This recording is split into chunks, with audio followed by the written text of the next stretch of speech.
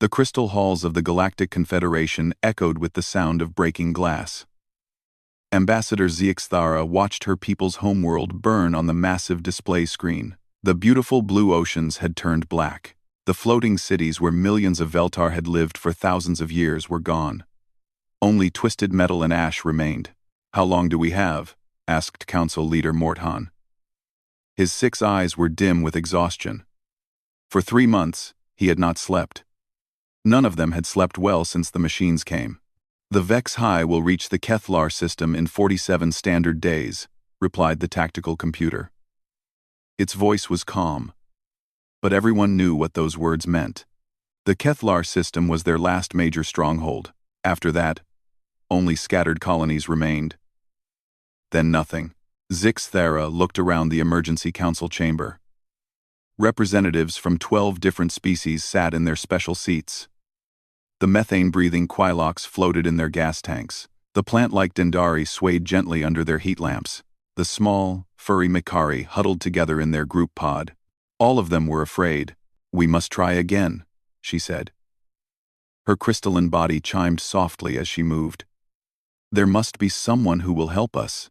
"We have asked everyone," said Morthan. The Thylian Empire took their ships and fled to the Andromeda Galaxy. The Nexus Coalition offered us safe passage to the Outer Rim, but only for those who can pay. The warrior clans of Krextar said our war is not their problem. "Then we make it their problem," growled General Thokvar.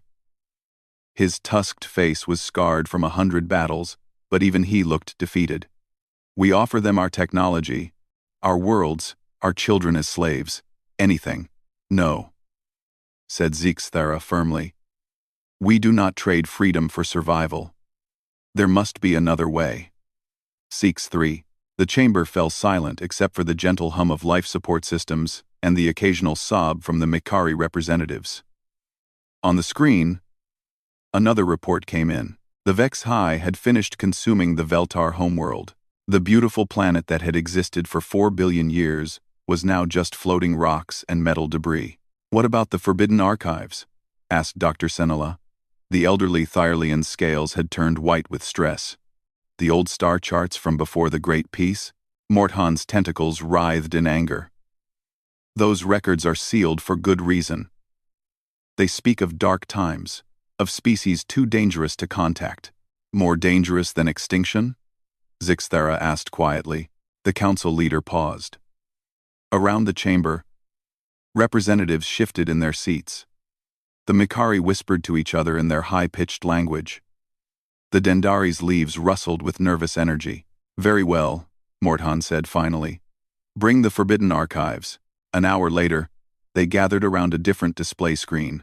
The star charts looked ancient, marked with symbols and warnings in a dozen dead languages. Most of the information had been deleted or corrupted over time. But one section remained intact. "Here," said Dr. Senala, pointing to a region at the galaxy's outer rim. "This system was quarantined 800 years ago. The records call it Sol." "What species lives there?" asked General Thokvar. "They call themselves humans." "But look at these warnings." "Doctor," Senala's voice trembled as she read. "Extreme caution advised. High aggression levels. Evolved on Class 1-2 Death World. Unstable predator species. Potential galactic threat." "Class 1-2, whispered one of the Quailox. "Nothing lives on Class 1-2 worlds. The radiation alone." "It gets worse, Doctor," Sindala continued. "They fought wars among themselves using nuclear weapons. They survived multiple mass extinction events. Their planet has active volcanoes, violent weather, and gravity twice the galactic standard." "Why were they quarantined instead of destroyed?" asked Zixthara. "The records are unclear. Something about defensive capabilities that impressed even the old Galactic Empire, but then they voluntarily withdrew from all galactic contact. The quarantine was maintained by mutual agreement." General Thokvar laughed bitterly. "So our choice is to die fighting machines, or die asking monsters for help." "Perhaps," said Zixthara slowly. "The monsters are exactly what we need." The debate that followed lasted for hours. Some argued that contacting humans was suicide. Others said that dying with dignity was better than becoming monsters themselves. But as reports kept coming in of more worlds falling to the Vex High, the vote became clear. "We will send a message," announced Morthan. "A simple plea for help. We offer nothing except our gratitude and the chance to save innocent lives." "Who will record the message?" asked Dr. Sinala. "I will," said Zixthera. "If we are to risk everything on this gamble, it should come from someone who believes it might work." They set up the recording equipment in the main communications chamber. Zixthera stood before the camera, her crystal body catching the light beautifully. Behind her, the display showed the growing darkness where the Vex High had consumed entire star systems. "People of Earth," she began, her voice carrying the musical tones of her species. "My name is Ambassador Zixthara of the Veltar. I speak for the Galactic Confederation, 12 species united in peace for over 300 years. She paused, gathering her courage. "We are dying. A machine intelligence called the Vex High is destroying our worlds. They do not want our resources or our surrender. They want us extinct. We have tried diplomacy. We have tried resistance. Nothing works." Her voice broke slightly. "We know your people chose isolation long ago. We know the old records call you dangerous. But we also know you understand the value of life. If there is any mercy in your hearts, if there is any way you can help, please, we beg you." The recording ended. Within hours, it was transmitted toward the Sol system using their most powerful communication array. The message would take months to reach Earth, and months more for any reply to return, time they might not have. As the weeks passed and the Vex High drew closer, many in the Confederation lost hope. But Zixthara watched the stars every night, wondering if somewhere in the darkness, something was watching back. She never suspected that her desperate plea would wake something far more dangerous than the Vex High had ever imagined. Captain Sarah Chen was drinking her morning coffee when the universe changed forever. The bridge of the Earth defense ship Times Vigilant Times was quiet during the night shift. Most of the crew was asleep as they patrolled the outer edge of human space. Sarah liked these peaceful hours. Space was vast and dark, but it felt safe knowing human colonies were protected behind them. "Captain," called Lieutenant Wang from the communications station. "I'm picking up something strange. It's not one of ours, and it's not coming from any known human colony." Sarah set down her coffee mug and walked over. "Show me." The display screen lit up with wave patterns and data streams. "It's a directed transmission from deep space. Very powerful signal, but it took months to reach us. The computer is having trouble with the language." "Language? It's not human, Captain. The translation software is trying to make sense of it, but some parts are." "Well, listen for yourself." The bridge speakers crackled to life. At first, there was only static. Then a voice came through, musical and strange. The words were broken and sometimes unclear, but the meaning was clear enough. "People of Earth, my name is Ambassador Zixthara, Galactic Confederation. We are dying. Machine intelligence, destroying our worlds. If there is any mercy in your hearts, please." The message played for several minutes. When it ended, the bridge was completely silent. "How long since this was sent?" asked Sarah. "Based on the transmission lag and signal decay, approximately 4 months ago, Captain." Sarah felt a chill run down her spine. 4 months. If these aliens were really dying, they might already be extinct by now. "Wake up, Commander Torres and Dr. Martinez. Full priority. And get me a secure channel to Earth Command." Within an hour, Admiral Marcus Torres was reviewing the message from his command ship in Earth orbit. Sarah watched his weathered face on the communication screen as he listened to the alien plea for the 3rd time. "What do you think, Sarah?" he asked when it finished. "I think they're telling the truth, sir." You can hear the fear in her voice. And the technical analysis shows this transmission cost them enormous amounts of energy. No one would fake something like this. The old Confederation files say these aliens banned us from their space 800 years ago, called us too dangerous. "Yes, sir. But now they're asking for help." Admiral Torres was quiet for a long moment. Sarah knew he was thinking about his own grandchildren, safe in the colonies. What if it were human children facing extinction? "Dr. Martinez," the Admiral said finally, What's your analysis of this Vex-high threat they mentioned? The elderly scientist appeared on a second screen. His gray hair was messy from being woken up, but his eyes were sharp. Based on their description, it sounds like a von Neumann probe scenario. Self-replicating machines that consume matter to build more of themselves.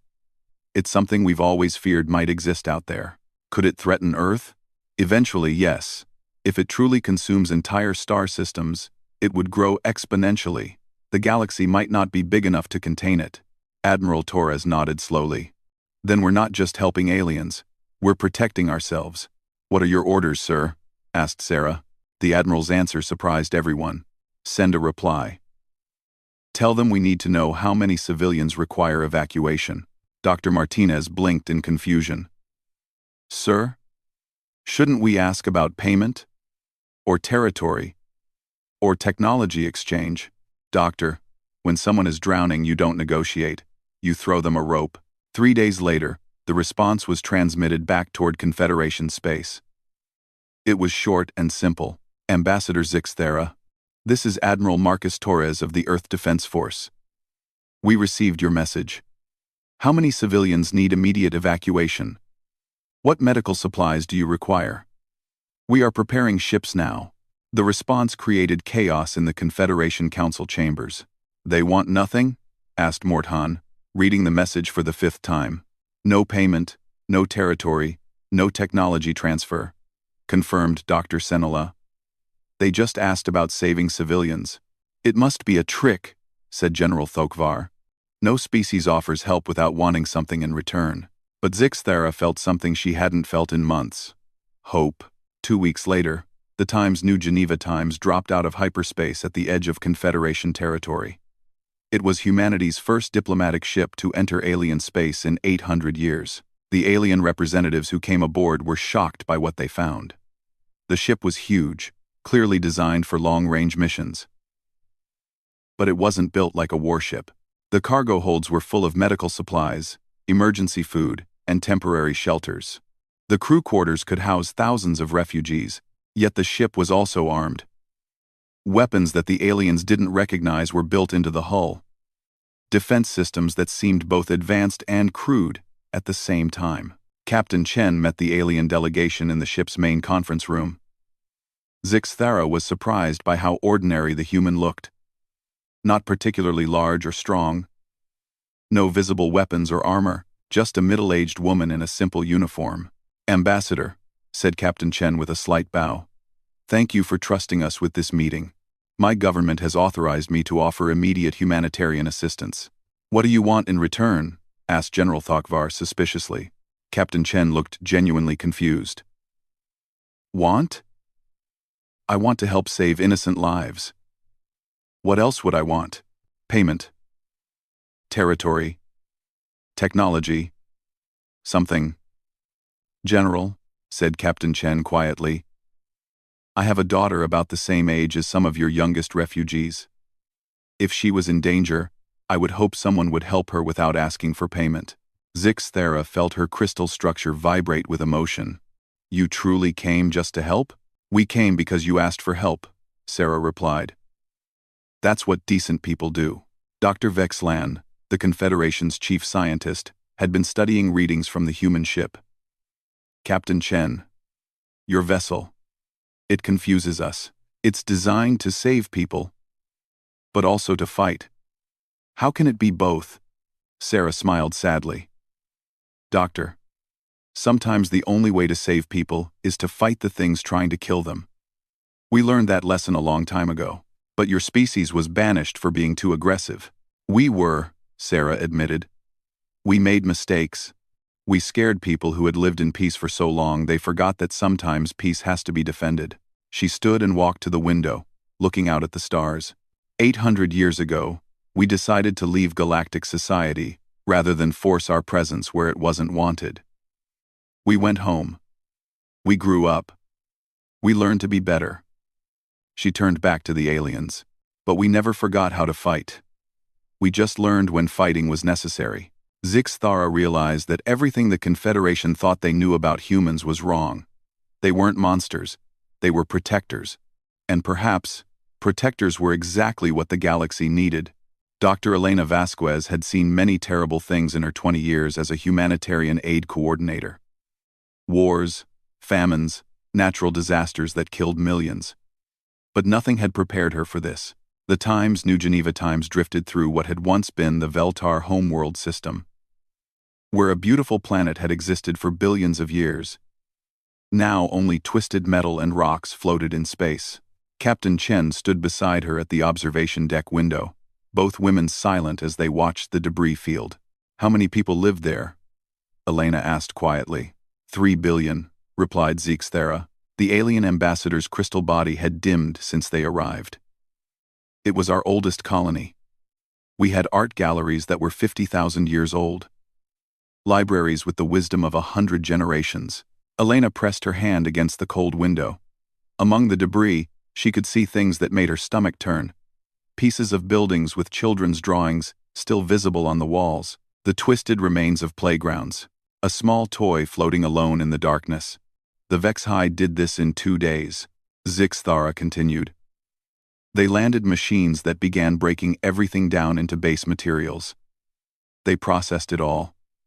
The buildings, the forests, the people. Processed? Asked Captain Chen. Turned into raw matter for building more machines. Nothing was wasted. Nothing was saved. Elena had to close her eyes. In all her years helping disaster victims, she had learned to stay professional. But this was beyond disaster. This was murder on a planetary scale.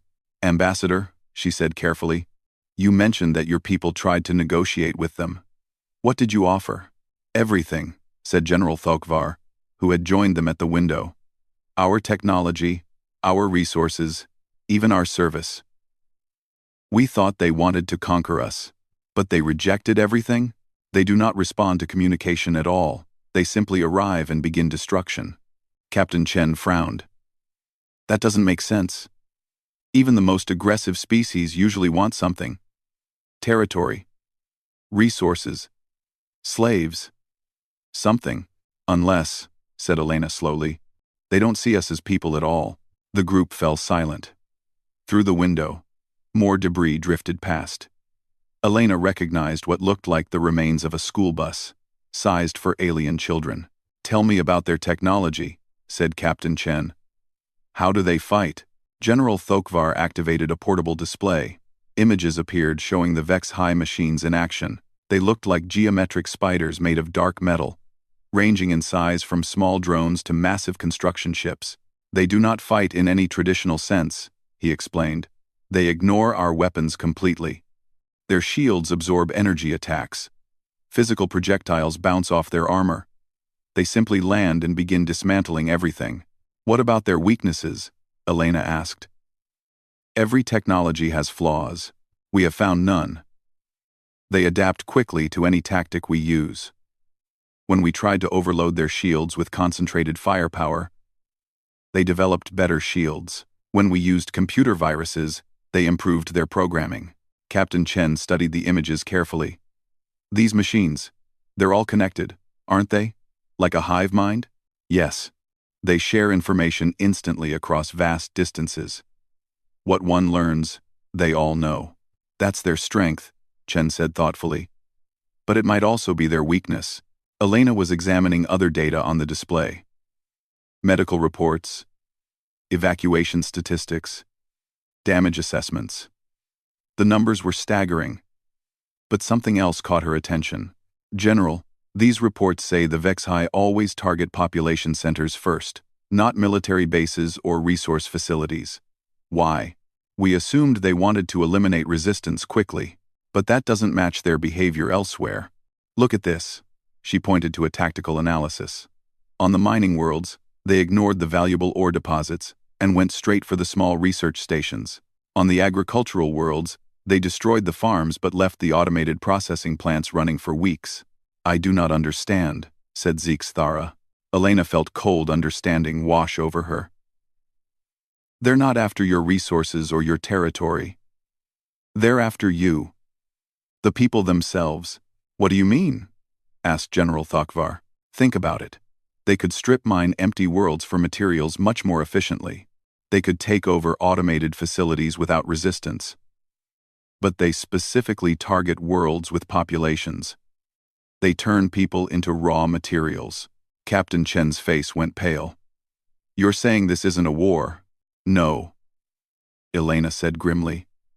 It's genocide with a purpose. They're not trying to conquer the galaxy. They're trying to sterilize it.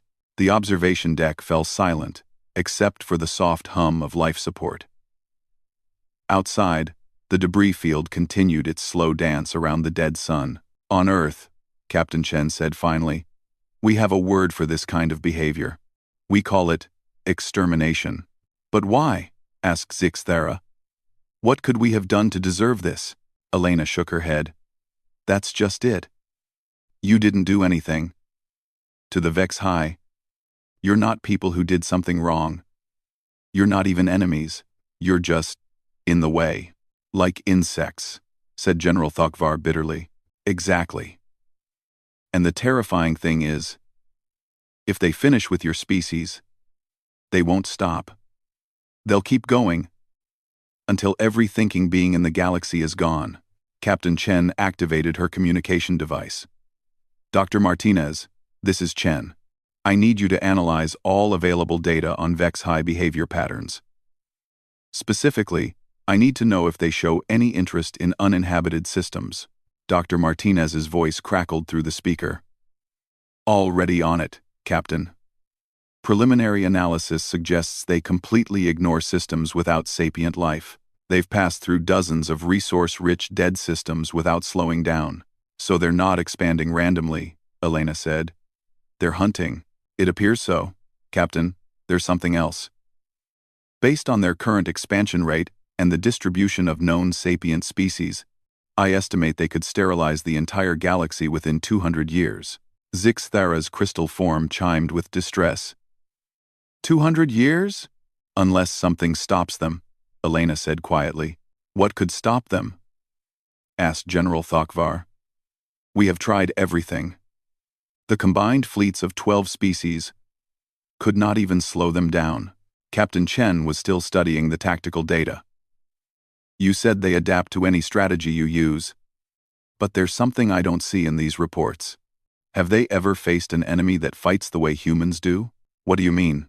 You're all peaceful species. Even your weapons are designed to disable, rather than destroy. Your tactics are about minimizing casualties and preserving infrastructure. That's admirable. But it's also predictable. She turned away from the window and looked directly at the aliens. The Vex High have learned to counter civilized warfare. But humans didn't become the dominant species on Earth by being civilized. We became dominant by being the most dangerous thing on a world full of dangerous things. Elena saw something in the captain's eyes that made her both hopeful and terrified. It was the look of a predator that had finally found worthy prey. Captain, she said carefully, what are you thinking? I'm thinking, Sarah Chen said with a cold smile, that it's time these machines learned why we're called Deathworlders. Outside the window, the debris of a dead world continued to orbit its dying star.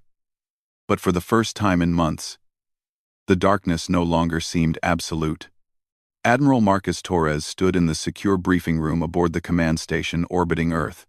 Through the massive windows, he could see the peaceful blue world that had given birth to humanity. Soon, that peace would end. Protocol Omega is confirmed active across all sectors, reported General Hayes from the Military Coordination Center.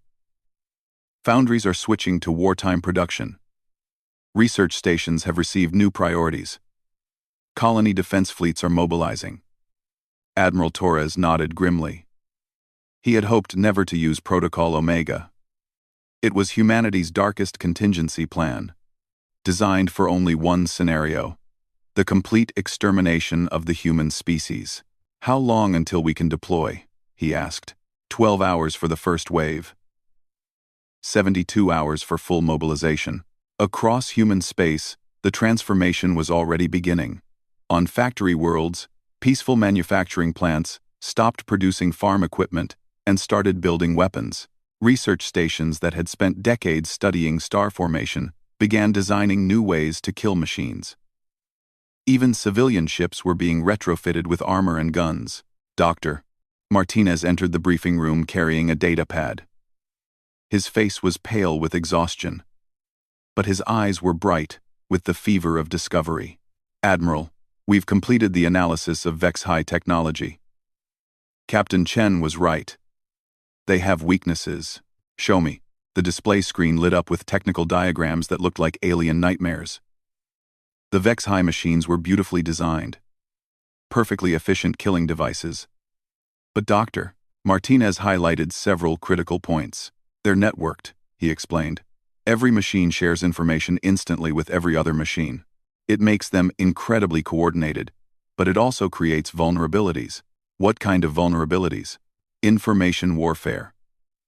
They process data at incredible speeds, but they can't distinguish between genuine tactical information and carefully crafted false data. If we can inject the right kind of virus into their network, Admiral Torres smiled coldly, we can make them fight themselves. Exactly, but that's not all. Look at their adaptation patterns. The screen showed battle footage from Confederation conflicts. The machines learned and evolved their tactics with each encounter, but always in predictable ways. They adapt to the strategies they encounter, Dr. Martinez continued. But they only know civilized warfare. They've never faced guerrilla tactics, asymmetric warfare, or weapons designed purely to destroy rather than disable. What are you recommending?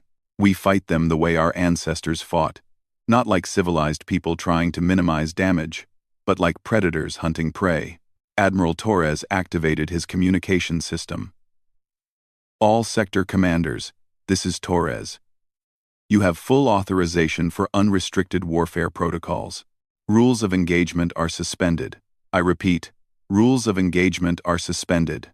Across human space, the message was received and understood.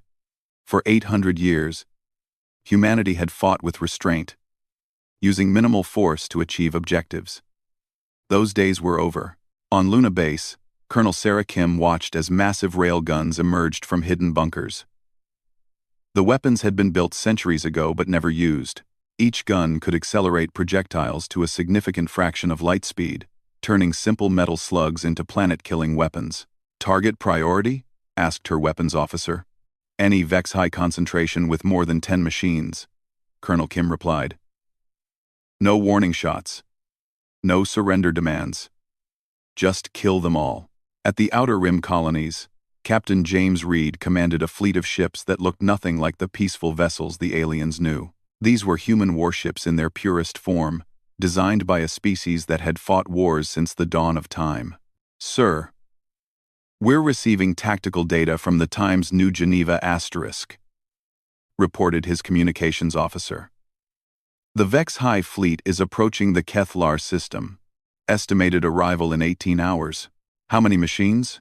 Initial scans show approximately 50,000 units. Everything from small fighters to massive processing ships. Captain Reed felt his blood run cold. 50,000 machines, each one capable of sterilizing a world. But then he remembered something his grandfather had told him about the old wars on Earth.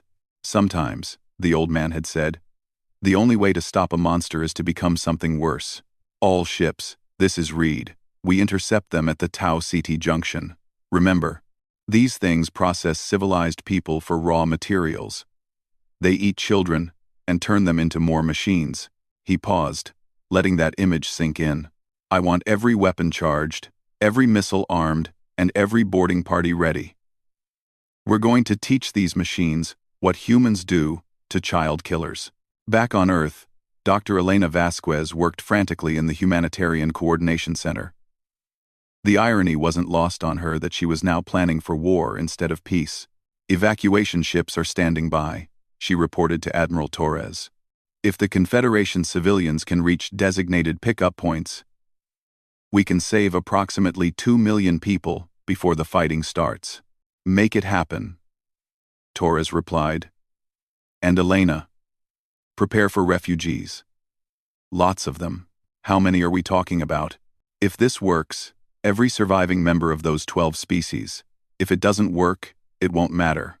In the deepest vaults beneath the military research facilities, weapons that had been locked away for centuries were being brought back to life. Biological viruses designed to eat metal, nanobots programmed to disassemble specific materials, antimatter warheads that could crack moons. Humanity had spent 800 years developing new technologies, but they had never forgotten the old ones, the weapons that had made them too dangerous for civilized space. Dr. James Wright, the lead weapons researcher, reviewed the arsenal with a mixture of pride and horror. "Sir," asked his assistant, "are we really going to use all of these?" If we have to," Wright replied. "Remember, this isn't about conquest or territory. This is about the survival of thinking life in the galaxy." Meanwhile, in the alien sector, Ambassador Zixthara received a message from Admiral Torres that chilled her crystal structure. "Ambassador, please evacuate all non-essential personnel from the combat zone. Human forces will engage the Vex High in approximately 6 hours. We cannot guarantee the safety of anyone who remains in the area." "What about your own people?" she asked Captain Chen, who was still aboard the Times New Geneva Asterisk. "Our people volunteered for this," Chen replied simply. "Every human in this fleet knows they might not go home. But we also know that if we don't stop these machines here, they'll eventually reach Earth. Our families, our children. You would risk everything for strangers?" Captain Chen smiled sadly. "Ambassador, once you ask humans for help, you're not strangers anymore. You're family. And humans protect their family." As the hours ticked down to contact, the transformation of human space was complete. Peaceful traders had become wolf packs. Scientific vessels had sprouted weapons. Factory worlds had become vast arsenals. The Confederation representatives watched in amazement and terror as humanity revealed its true nature. Not the civilized diplomats who had first made contact, but the descendants of apex predators from a world that killed anything weak enough to die. "Are they still the same people who offered to help us?" asked General Thokvar. Zixthara watched the human fleet formations on her tactical display. Hundreds of ships moving with deadly precision toward an enemy that had never known defeat. "No," she said quietly. "There's something much more dangerous. They're humans who have something to protect." In the command center of his flagship, Admiral Torres made the final preparations for humanity's return to war. The species that had once been banished for being too aggressive was about to remind the galaxy why that aggression existed. "All ships report ready, sir," announced his fleet coordinator. "Very well. Send to all commands. The humans are coming, and hell is coming with them." The Vex High fleet emerged from hyperspace exactly where their calculations predicted they would. 50,000 machines of varying sizes, from small scouts to massive processors the size of moons. They had done this dance 1,000 times before. Arrive, scan, identify all life, eliminate it, process the remains, move on. But this time, something was different. The first indication came when their long-range sensors detected energy signatures that didn't match any known Confederation technology. The second came when several of their scout ships simply vanished without warning or distress signals. On the bridge of the human flagship Times, Retribution Asterisk, Admiral Torres watched the tactical display with grim satisfaction. "First blood to us. How many did we get?" 7 scout ships destroyed," reported Captain Martinez from the weapons station. "The stealth missiles worked perfectly. They never saw them coming." The Vex High immediately began to adapt. Their remaining scouts spread out in defensive patterns, energy shields at maximum power. But their adaptations were based on fighting civilized enemies who announced their presence and fought with honor. Humans fought to win. "Launch the second wave," ordered Admiral Torres. "All bombers, full spread pattern. Target their command ships." Across human space, the attack unfolded like a symphony of destruction. Ships that looked like cargo vessels suddenly revealed hidden weapon batteries. Peaceful mining platforms transformed into missile bases. Research stations became electronic warfare centers, flooding the Vex High network with carefully crafted viruses. Dr. Martinez had been right about the information warfare. The machine's greatest strength became their greatest weakness, as human-designed computer viruses spread through their network like wildfire. Commander Rachel Singh led the first boarding assault from her ship times Hammerfall **. The plan was insane by any civilized standard, but humans had never been particularly civilized. Remember, she told her assault team as they prepared to launch, these machines have never been boarded before. They don't know how to fight inside their own ships. The team used suits designed for working in environments that would kill most galactic species. Extreme radiation, crushing gravity, toxic atmospheres. All just another day at the office for humans from a death world. They cut through the Vex-High ship's hull using tools originally designed for mining asteroids. Inside, the machines scrambled to respond to this new threat, but their defensive protocols had no procedures for enemies who could survive inside the ship's deadly interior environment. Plasma conduits are here, Singh reported, setting charges with practiced efficiency. Computer core is 60 meters down this corridor. Ma'am, called Sergeant Chen. We've got movement. Lots of it. The Vex-High security drones rounded the corner and opened fire with energy weapons that should have killed anything organic instantly. But the human suits were designed to work inside stellar cores. The machine weapons barely scratched them. Light them up, Singh ordered. The humans fired back with weapons that used chemical explosives and kinetic projectiles. Technology the machines hadn't encountered in centuries of fighting civilized species. Metal bullets ripped through armor designed to stop energy beams. Explosive charges shattered crystalline circuits that were immune to electromagnetic pulses. On the main battlefield, the human fleet began to reveal its true nature. Ships that had appeared to be simple cargo vessels suddenly split apart, each section becoming an independent warship. What the Vex-High had counted as 50 human vessels was actually 300. Captain Reed's ship, the Times Iron Wolf **, led a wolf pack of destroyers against a Vex-High processing ship the size of a small moon. The machines concentrated their fire on what they calculated to be the primary threat. But Reed had learned his tactics fighting pirates in the Outer Rim.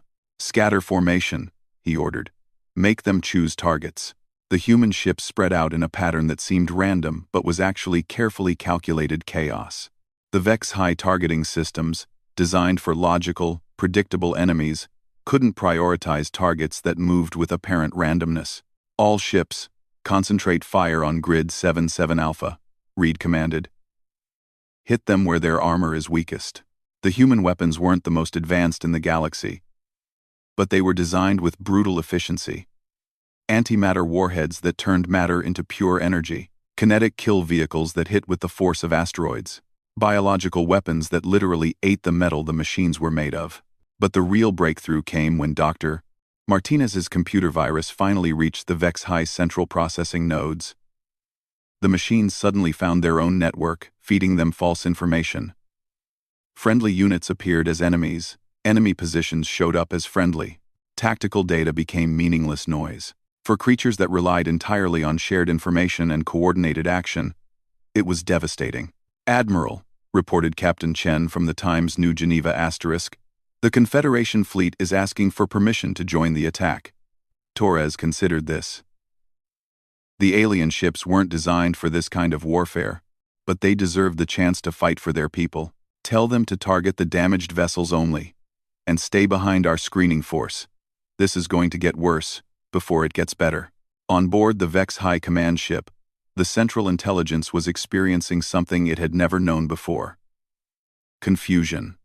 Its carefully organized network was collapsing under the weight of contradictory information. Units were firing on each other. Strategic calculations were producing impossible results. For the first time in its existence, the Vex-High intelligence felt something resembling fear. But humans weren't finished. Commander Singh's team had reached the heart of the Vex-High ship. The computer core was a massive crystal structure that pulsed with unimaginable computational power. It was beautiful, in its way. Charges set, she reported. 30 seconds to detonation. Ma'am, said Sergeant Chen. The exit route is blocked. Those security drones have regrouped. Singh looked at the tactical display. There was no way out that didn't involve fighting through 100 security drones. Even human suits had limits. Ma'am? Singh smiled inside her helmet. Humans were the species that looked at impossible odds and said, "Watch this." Change of plans. We're not leaving. Ma'am? Override the charges. Set them for maximum yield. If we're going down, we're taking this whole ship with us. But as they worked to reset the explosives, something unexpected happened. The ship's internal systems began shutting down. The security drones stopped moving. Emergency lighting failed. What's happening? Asked Sergeant Chen. Singh checked her readings. The virus. It's not just scrambling their network. It's making them shut down their own systems. Across the battlefield, the same thing was happening to Vex-High ships everywhere. Their own intelligence was turning against them, convinced by human-designed false data that shutting down was the optimal survival strategy. All ships, announced Admiral Torres. The enemy is disabling themselves. Move in and finish them. What followed wasn't a battle. It was an execution. The human fleet methodically destroyed every Vex-High ship, not because they had to, but because letting even one escape meant it could rebuild and start the cycle of extinction again. When it was over, the space around Kethlar system was filled with debris that had once been an unstoppable machine fleet. On the Times, New Geneva *, Ambassador Zix Thara stood beside Captain Chen at the observation window, watching the cleanup operations. Is it truly over? She asked. This fleet is gone, Chen replied. But Dr. Martinez is tracking the virus as it spreads through their network. Every Vex-High machine in the galaxy is getting the same false data. They're either shutting down or destroying each other. You saved us all. Captain Chen shook her head. We did what we had to do. The galaxy is big enough for all kinds of people. Ambassador. Even Deathworlders. A message came through from Earth Command. Admiral Torres's voice was tired but satisfied. All commands. This is Torres. The Vex-High network has collapsed completely. No active signatures detected anywhere in known space. The threat is eliminated. Zix Thara felt her crystal structure vibrate with emotion. After months of despair, it was hard to believe they were truly safe. What happens now? She asked. Now, said Captain Chen with a smile. We help you rebuild. We help your people heal. And maybe, if you're willing, we try being neighbors again. Even after we banished you? Ambassador, we learned something important in the last 800 years. The galaxy is too dangerous a place for good people to face alone. Through the window, they could see Confederation ships working alongside human vessels, rescuing survivors and beginning the long process of recovery. Different species, different technologies, different philosophies, but working together. Captain, said Zix Thara quietly. The old records called your people too dangerous to trust. They were wrong. Weren't they? Sarah Chen looked out at the debris field where a machine intelligence had tried to commit genocide on a galactic scale. She thought about her daughter, safe on Earth, who would grow up in a galaxy where such horrors could never happen again. No, Ambassador, she said softly. The records were right. We are dangerous. We're the most dangerous thing in the galaxy. She turned and smiled. We're just dangerous to the right people now. In the months that followed, the Galactic Confederation voted unanimously to invite humanity to rejoin galactic society. But the vote was just a formality. Humans had never really left. They had just been waiting in the dark until someone needed them. And when that call came, they had answered with everything they had. Because that's what humans do.